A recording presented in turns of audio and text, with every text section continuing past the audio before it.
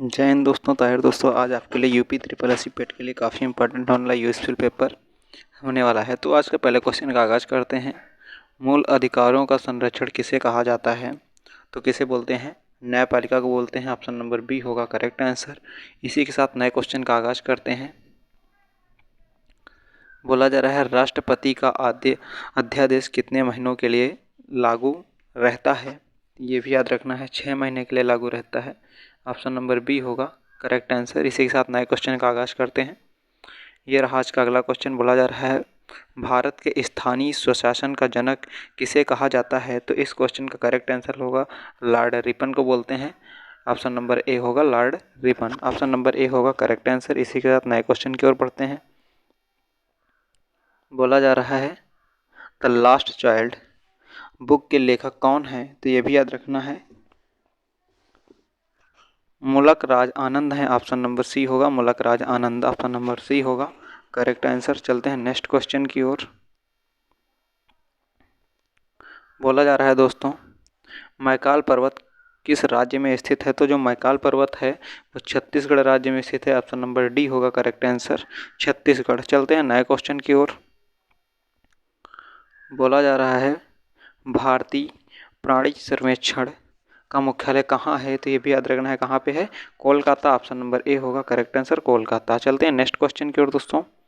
आज का अगला क्वेश्चन आपके स्क्रीन पे बोला जा रहा है सोवियत संघ का विघटन कितने स्वतंत्र गणतंत्रों में हुआ था? तो याद रखना है कितने गणतंत्रों में हुआ, 15 गणतंत्रों में हुआ था। ऑप्शन नंबर डी होगा करेक्ट आंसर। चलते हैं नेक्स्ट क्वेश्चन की ओर। बोला जा रहा है भारत के पहले रक्षा मंत्री कौन थे? तो भारत के पहले रक्षा मंत्री की बात करते हैं, बलदेव सिंह थे। ऑप्शन नंबर ए होगा Baldev Singh. Option number A होगा करेक्ट आंसर। नेक्स्ट क्वेश्चन की ओर दोस्तों बढ़ते हैं। ये है आज का अगला क्वेश्चन आपके सामने। बोला जा रहा है भारत का पहला सूफी संत कौन थे? भारत में पहला सूफी संत कौन थे? तो याद रखना है कौन थे, Khwaja Moinuddin Chishti. Khwaja Moinuddin Chishti. Option number A होगा करेक्ट आंसर। चलते हैं नेक्स्ट क्वेश्चन की ओर दोस्तों। कम समय में ज़्यादा क्वेश्चन करके अपनी तैयारी को ट्रिपल एस सी पेट के होने वाली परीक्षा 15 अक्टूबर और 16 अक्टूबर 2 दिन पेपर है आपकी, 2 पालियों में है, ये भी याद रखना है। फर्स्ट पाली 10 बजे से 12 बजे के मध्य है और सेकेंड पाली में 3 बजे से 5 बजे के मध्य, याद रखना है आपको। तो चलते हैं क्वेश्चन पे अपने। बोला जा रहा है नाना साहेब का नाम से प्रसिद्ध थे। नाना साहेब के नाम से कौन प्रसिद्ध थे? तो इस क्वेश्चन का करेक्ट आंसर होगा Balaji Bajirao. Option number B होगा करेक्ट आंसर, बालाजी बाजीराव। चलते हैं नेक्स्ट क्वेश्चन की ओर दोस्तों। बोला जा रहा है दोस्तों राष्ट्रीय रासायनिक प्रयोगशाला कहाँ स्थित है? तो इस क्वेश्चन का करेक्ट आंसर होगा option number D Pune. Option number B D होगा करेक्ट आंसर, पुणे। चलते हैं नेक्स्ट क्वेश्चन की ओर दोस्तों।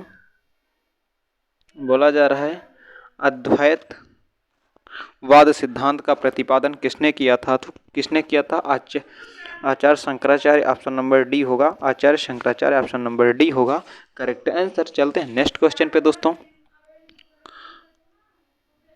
बोला जा रहा है सिक्कों का अध्ययन को किस नाम से जाना जाता है? सिक्कों का अध्ययन किस नाम से जाना जाते हैं? Numeric stick. न्यूमेरिक स्टिक के नाम से जानते हैं। ऑप्शन नंबर ए होगा न्यूमेरिक स्टिक। चलते हैं नेक्स्ट क्वेश्चन की ओर।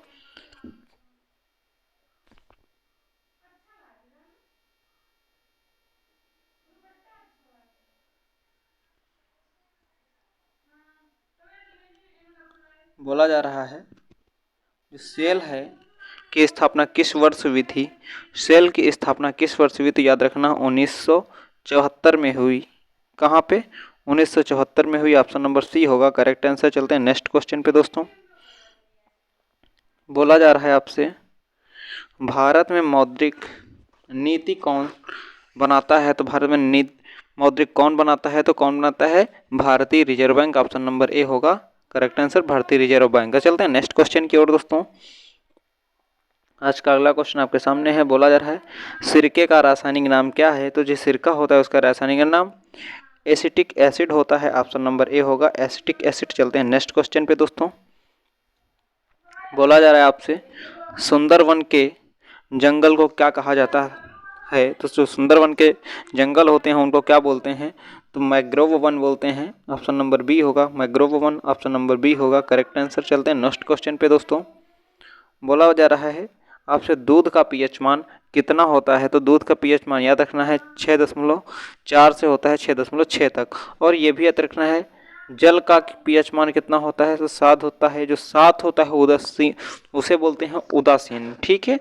तो जो आप रक्त का पीएच मान बोलते हैं, ब्लड का, किसका, रक्त का बोल देते हैं, तो याद रखना है 7.4 होता है। ये काफ़ी इंपॉर्टेंट है आपका, 7.4 होता है।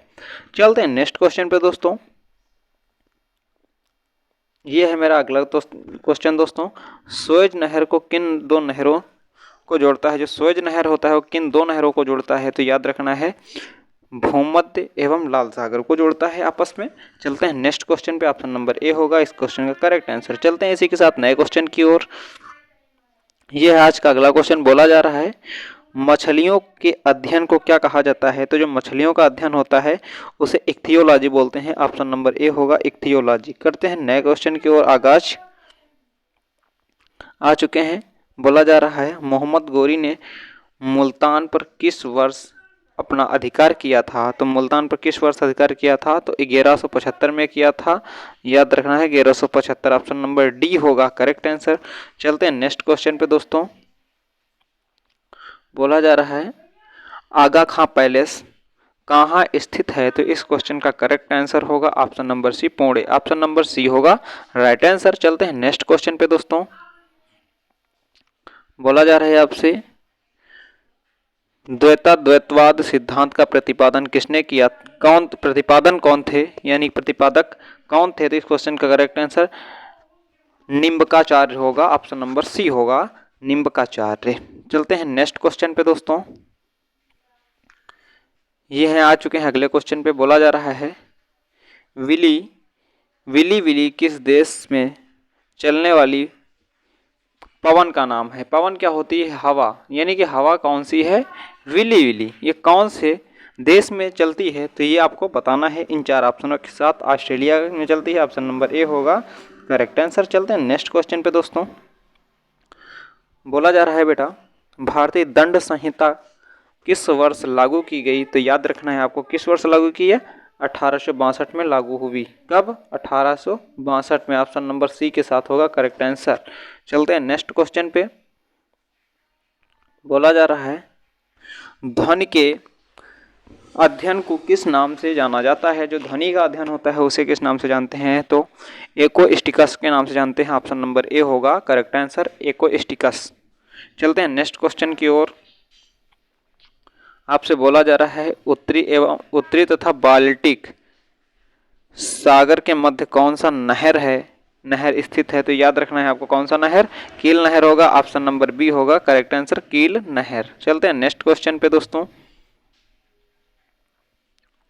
बोला जा रहा है महात्मा गांधी के बंदी होने के बाद नमक सत्याग्रह का नेतृत्व किसने किया था। तो याद रखना है आपको किसने किया था। तो इस क्वेश्चन का करेक्ट आंसर होगा ऑप्शन नंबर सी अब्बास तैयबाजी होगा इस क्वेश्चन का करेक्ट आंसर। चलते हैं नेक्स्ट क्वेश्चन पे दोस्तों। इस क्वेश्चन का करेक्ट आंसर होगा विकिरण चिकित्सा में प्रयुक्त होने वाला नोबेल गैस कौन सा है। तो इस क्वेश्चन का correct answer option number C ए होगा रेडॉन। ऑप्शन नंबर ए होगा करेक्ट आंसर। चलते हैं नेक्स्ट क्वेश्चन पे दोस्तों। क्लास को एक बार लाइक कर दीजिए, दोस्तों में ज़्यादा से ज़्यादा शेयर कर दीजिए और चैनल पर नए हो तो चैनल को एक बार सब्सक्राइब कर दीजिए। इसी के साथ चलते हैं नए क्वेश्चन पे। बोला जा रहा है आपसे लोक हितवादी के नाम से कौन जाना जाता है। तो इस क्वेश्चन का करेक्ट आंसर होगा Gopal Har Deshmukh. Option number B होगा Gopal Hari Deshmukh. Option number B होगा करेक्ट आंसर। चलते हैं नेक्स्ट क्वेश्चन पे दोस्तों। बोला जा रहा है आपसे टू लाइफ्स पुस्तक के लेखक कौन हैं। तो इस क्वेश्चन का करेक्ट आंसर होगा Vikram Seth. Option number C होगा विक्रम सेठ। चलते हैं नेक्स्ट क्वेश्चन पे दोस्तों। बोला जा रहा है शुद्धोदयत्व सिद्धांत के प्रतिपादक कौन थे। तो इस क्वेश्चन का करेक्ट आंसर जाएगा ऑप्शन नंबर ए के साथ वल्लभाचार्य। ऑप्शन नंबर ए को जा रहा है करेक्ट आंसर। चलते हैं नेक्स्ट क्वेश्चन पे दोस्तों। बोला जा रहा है आपसे किस प्रधानमंत्री को संसद ने मतदान द्वारा अपदस्थ कर दिया था? तो इस क्वेश्चन का correct answer option number C होगा BP Singh. Option number C होगा करेक्ट आंसर। चलते हैं दोस्तों नेक्स्ट क्वेश्चन का आगाज करते हुए नए क्वेश्चन पे।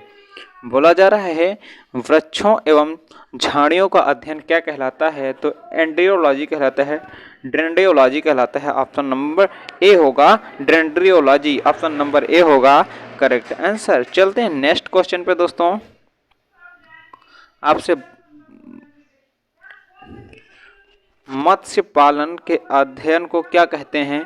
तो इस क्वेश्चन का करेक्ट आंसर होगा option number C pisciculture. Pisciculture होगा ऑप्शन नंबर सी होगा करेक्ट आंसर। चलते हैं नेक्स्ट क्वेश्चन पे दोस्तों।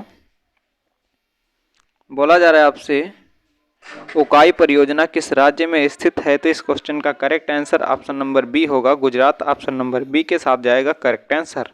चलते हैं नेक्स्ट क्वेश्चन की ओर।